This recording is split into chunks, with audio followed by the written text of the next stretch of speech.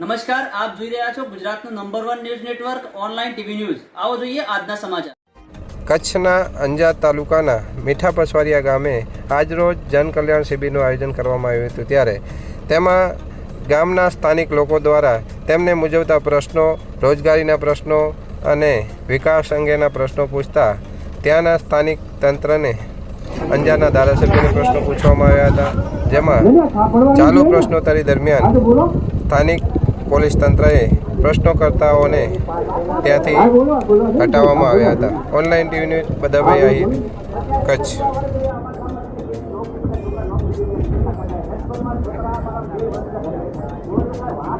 बोलता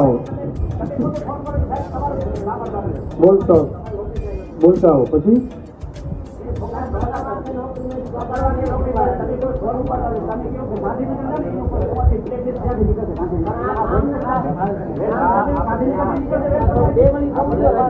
નહીં કેવા દે ને કેવા બાબા કેવા દે ને કેવા વાત કરો ને વાત કરવા દો. આ વાત કરો ને પણ કોને ના પાડી? તમને હમણાં 2 દી પહેલા તો વાત થઈ, તમને કીધું કે હું 2 દી પછી ગામમાં આવું છું. કોને બંધ કર્યા? તમે કેને નહીં એક મિનિટ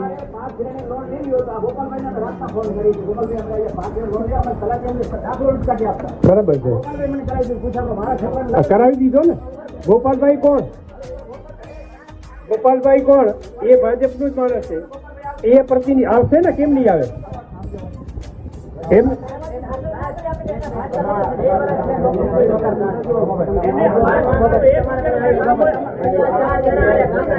રઘુભાઈ કાલે વાંધો નહીં, બોલો ને તમે યાર, વાત કરો ને.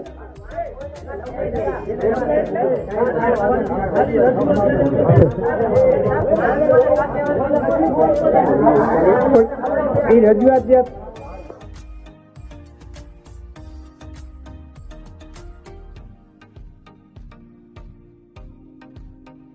બધાભાઈ આહિર બોલું છું. શામજીભાઈ બોલો છો ને? જી ભાઈ, શામજીભાઈ આહિર બોલું. શામજીભાઈ ક્યાંથી બોલો છો? મીઠા પસવારિયા, અંજાર તાલુકો. અચ્છા, અંજાર તાલુકાના મીઠા પસવારિયા ગામથી. આજે કંઈક તમારા ગામમાં સેવા સેતુ કંઈક પ્રોગ્રામ હતો કે શું હતું? મેં વિડીયો એક જોયો, તો શું હતું એમાં પ્રશ્નો ને શું હતું કાર્યક્રમ આજે? જી સાહેબ, અમારા ગામમાં આજે માનનીય ગુજરાત રાજ્યના મંત્રી શ્રી ત્રિકમભાઈ સાંગા સાહેબ આવ્યા હતા અને નિશાળનો કંઈક કાર્યક્રમ હતો. અચ્છા અચ્છા. એમાં અમારા ગામમાં કેટલા વર્ષ થઈ પહેલે શરૂઆત ચૂંટણી તેથી આવ્યા હતા ને તેથી થોડા પ્રશ્ન હતા. હવે આપણે કોઈ પાર્ટીથી કે કોઈથી જોડાયેલ કે નથી ભાજપના. અમે સમર્થન 100% ભાજપના જ લગભગ 45-50 વર્ષ થયા. અચ્છા અચ્છા. બીજો કોઈ જાતનું કાંઈ નહીં, પણ માસ્ટર જેમ ધારાસભ્ય બન્યા તેમ અમારા ગામના લગભગ 35 છોકરાને વેલ્સપન કંપનીમાંથી કાઢી નાખ્યા. અચ્છા, ત્રિકમભાઈ સાંગા ધારાસભ્ય બન્યા. જી, પછી અમારા ગામમાં કોઈ જાતનું આઈડી લગા બીજેપી નું એક પણ કોઈ કાર્ય માસ્ટરને કીધું ભાઈ એક પણ તમે તમારો પ્રશ્ન કામ બતાવી દો કે આ ભારતીય જનતા પાર્ટી કરાવી દીધો, તો મેં કહ્યું વધે તમે ખાલી ખોટી વાતો જ કરો ને ઝીણામાને દબાવો. બરોબર. આમ કેમ હાલે? એમાં એક મારો પોતાનો છોકરો વેલ્સપનમાં નોકરી કરે, એની લગભગ 7-8 વર્ષ નોકરી પણ કરી હતી. અચ્છા. હવે સંજોગોમાં મારા 2 છોકરા છે, મોટો ને નાનો. એમાં મોટા છોકરાના વૈશાખે લગ્ન હતા. અચ્છા. એમાં જો ભાઈ નું લગ્ન તો ભાઈ તો ઘરે રહેવું પડે. હા બરાબર. એટલે બરાબર. Hello hello.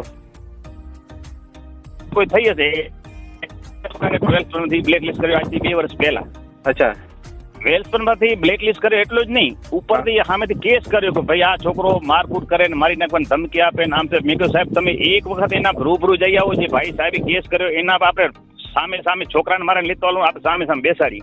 અચ્છા. સાહેબ પ્રશ્ન એક ફેરા મારી વાત સાંભળી, બીજી ફેરા કોઈ ફોન પણ નથી ઉપાડતા. એટલે અમે પોતે હવે આ લોકોથી કંટાળી ગયા છીએ. ભાજપ વાળાથી ખોટી આમાં કરે તો બરાબર, બાકી કોઈ જાતનું ઝીણા માણસનું કામ થતું નથી. અને અમારા ગામમાં તો જ વર્ષોથી નથી કોઈ આજથી લગન જો પ્રધાનમંત્રી આવાસ યોજના જે વાજપેયી હતા એ એક જ વખત ડામર રોડ બન્યો, વરી ડામર રોડ બન્યો નથી. અમારા ગામમાં એક તાલુકા પંચાયતના પ્રમુખ જેથી વાસણભાઈ આહિર સત્તાપરવાર હતા તે એક જ સર અમારે ઘટની લાઈન પ્રોબ્લેમ હતો. એ વાસણભાઈ કીધું ભાઈ મને તમે ગામના મત આપજો ને અમારા ગામના ભાઈ 99.99% ભાજપને આપે. બરાબર છે. કોઈ પાર્ટીથી લેવા દેવા નથી કે ભાઈ આ પાર્ટી અમારે આ જે કોઈ બી સામે પાર્ટી હોય, આ કામ કરે કામથી મતલબ છે. બરાબર છે. એટલા માટે વાસણભાઈ અમારે ઘટનું કામ કરે. ભાજપ વાળે આજથી કરી અમારા ગામમાં 1 પણ રૂપિયાનું કામ કરે. હા એના 2-4 કોકો મળતી હશે, એના કામ થતા હશે અને એનો આપણે ખોટું નામ પણ લેવું નથી. એ બધા જાણે જ છે રે. હા બરાબર છે. એને રીતે જે એને કરતા પણ આપણે પોતાની પીડા હોય ને આપણે જો આપણા પોતા પ્રતિનિધિ આપણા ગામમાં આવે ને આપણે પ્રશ્ન ન પૂછી શકીએ તો આપણે બીજે પૂછવા ક્યાં જવાનું? હવે મેં ખાલી સાહેબને પ્રશ્ન પૂછ્યો એટલી વારમાં તો 15, 20, 25 કઈ પોલીસ વાળા આવ્યા ને મને આમ કીડી કેમ ગોળમાં થયો એમ ઉપાડીને ભાગી. અચ્છા. આવશે મને ઉપાડીને ડાયરેક્ટ બેસાડી દીધો. કાર્યક્રમમાં રજૂઆત કરવા ટાઈમે રજૂઆત સાંભળવાને બદલે પોલીસ તંત્રને બોલાવીને અટકાયત કરાવડાવી. પણ તમે જોજો લગભગ વિડીયો આવી ગયો હશે. હા વિડીયો જોયું છે મેં. હા આપણી વિડીયો હશે પણ આટલી બધી તાનાશ છે. આપણે જો સાહેબ એમાં એવો હોય કે આપણે કઈક ચોરી કરતા એક દારૂ અંજારમાં હું તમને 25% દારૂનો અડ્ડા બતાવું. 25% પોલીસ વાળા આવે ને હપ્તા ચાલુ હોય કે એને ક્રમ ધર્મ ઉમાં જઈને રેડ કરો ને એની અટકાયત કરો ને. આ ગરીબ માણસને શું કામ અટકાય? રજૂઆત કરવામાં પણ અટકાયત કરવામાં આવી એમ ને તમારી આજે? 100% સાહેબ. અને ક્યાંક ખેતરે જવાનું હોય ને અમારે તો અમારે ખેતરે પણ જઈ નથી શકતા. આટલી બધી તાના છે. ખેતર વાળા કોક એને મળી દો, કોકો એનો આડો કે ખેતર તો ખેતર રસ્તા બંધ કરી નાખે. અચ્છા અચ્છા. તો તમારી રજૂઆત મતલબ કોઈ ધ્યાને લેવામાં ના આવી મતલબ આજે અને સામેથી અટકાયત કરવામાં આવી એમ? ગરીબ માણસનું કોઈ સાંભળે એમ નથી. ગરીબ માણસને સામે ધોકા મારીને ઘરે બેસાડી દે એવો કામકાજ છે અત્યારે. પોતે એટલા કંટાળ્યા છે. હવે આમાં જીવો કે શું કરવું એ હવે આગળ જતા આગળ જે થાય. સાચી વાત છે. તો પછી તમારું ત્યાં એ સ્થળે પોલીસ પણ એની તમારું કાંઈ સાંભળવા તૈયાર નથી. તમારી અટકાયત કરીને એ સ્થળથી દૂર લઈ ગયા એમ ને? સાહેબ આપણે મીડિયામાં પણ જોઈ શકો. મેં કહ્યું સાહેબ તમે અમારા ગામમાં આવ્યા છો તો અમારી ખાલી રજૂઆત તો સાંભળો. અમારી રજૂઆત શું છે? અમે કોઈ ચોર ડાકુ કઈ લૂંટાણા કે આ કઈ નથી. બરાબર. અમે અમારી રોજગારી માટે અમારા પેટ માટે કરીને તમને જો અમે રજૂઆત ન કરી બીજા કેને રજૂઆત કરી? બરાબર છે.